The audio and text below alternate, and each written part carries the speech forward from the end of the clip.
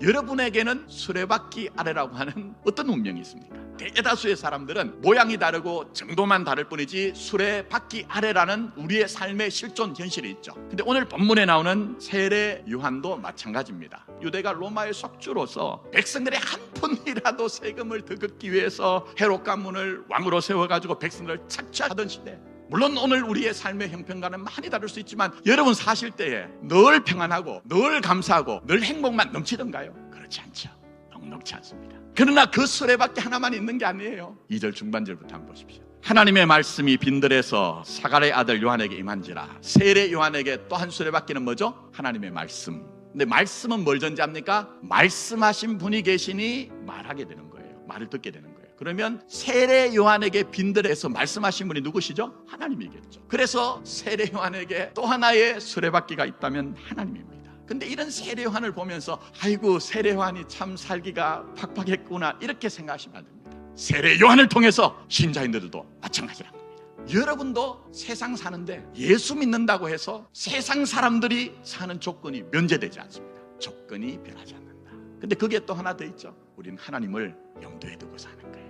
세례 요한만이 아니라 저와 여러분도 두 개의 수레바퀴 아래 살아가고 있다는 거예요. 세례 요한은 자신은 주의 길을 준비하는 자로서 자기 자신이 구원자가 아니라는 거예요. 메시아가 아니라는 거예요. 그리스도가 아니라는 거예요. 나는 다만 주의 길을 예비하는 자로서 나는 물로 세례를 베풀지만 나는 그분의 신발끈을 매기도 부족한 사람이다 이렇게 얘기를 하는 거죠. 그러나 이것만 보면 와 큰일 났다.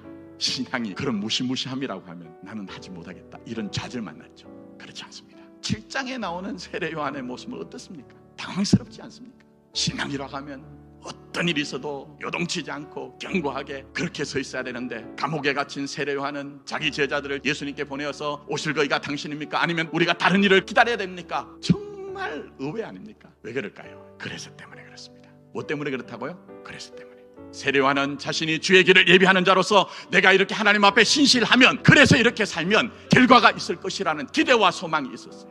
로마 제국의 속국이 되어서 엉터리 같은 왕이 지배를 하면서 제사장들조차도 하나님의 백성들을 위로하지 못하고 자기 이권의 현안이 된 이런 시대를 다윗의 자손인 예수가 오셔서 전복시켜야지, 바꿔주셔야지, 내가 그래서 이렇게 했으니 이렇게 돼야 된다는 기대와 소망이 있었다니까요. 그래서가 무너질 때에 세례 요한은 우리처럼 감옥 안에서 예수님께 제자를 보내어서 오실 그이가 당신입니까?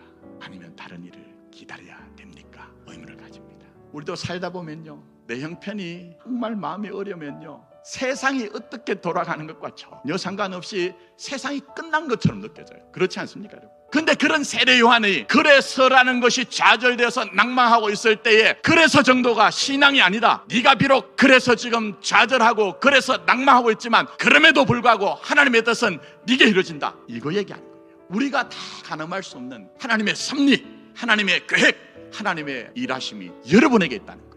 그래서가 무너진 세례 요한에게 말씀을 통해 너 감옥 안에 있지만 이렇게 말씀이 성취되고 있는 것 아니냐. 그래서 오늘 결론입니다. 누가가 전한 구원과 치유 11번째 결론이에요.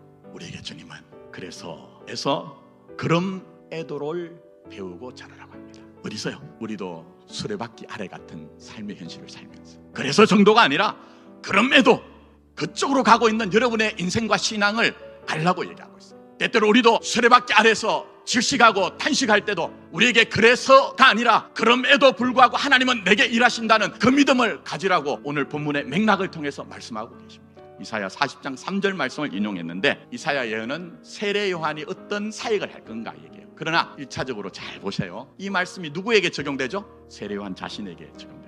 높은 것은 낮아지고 낮은 것은 도도해지고 험한 것은 평탄하게 되고 굽은 것은 바르게 된다는 것이 지금 회개하라고 외치는 그 이스라엘 백성들에게 적용되는 것이 아니라 사실은 그래서에서 그러므로 그렇게 자라가고 배워야 되는 세례 요한에게 적용이 되어서 세례 요한이 자신이 가진 그래서라는 그 신앙에서 그러므로 높은 것은 낮아지고 낮은 것은 도도해지고 험한 것은 평탄하고 굽은 것은 바르게 되어서 예수가 제시하신 그것을 받아들이게 되더라.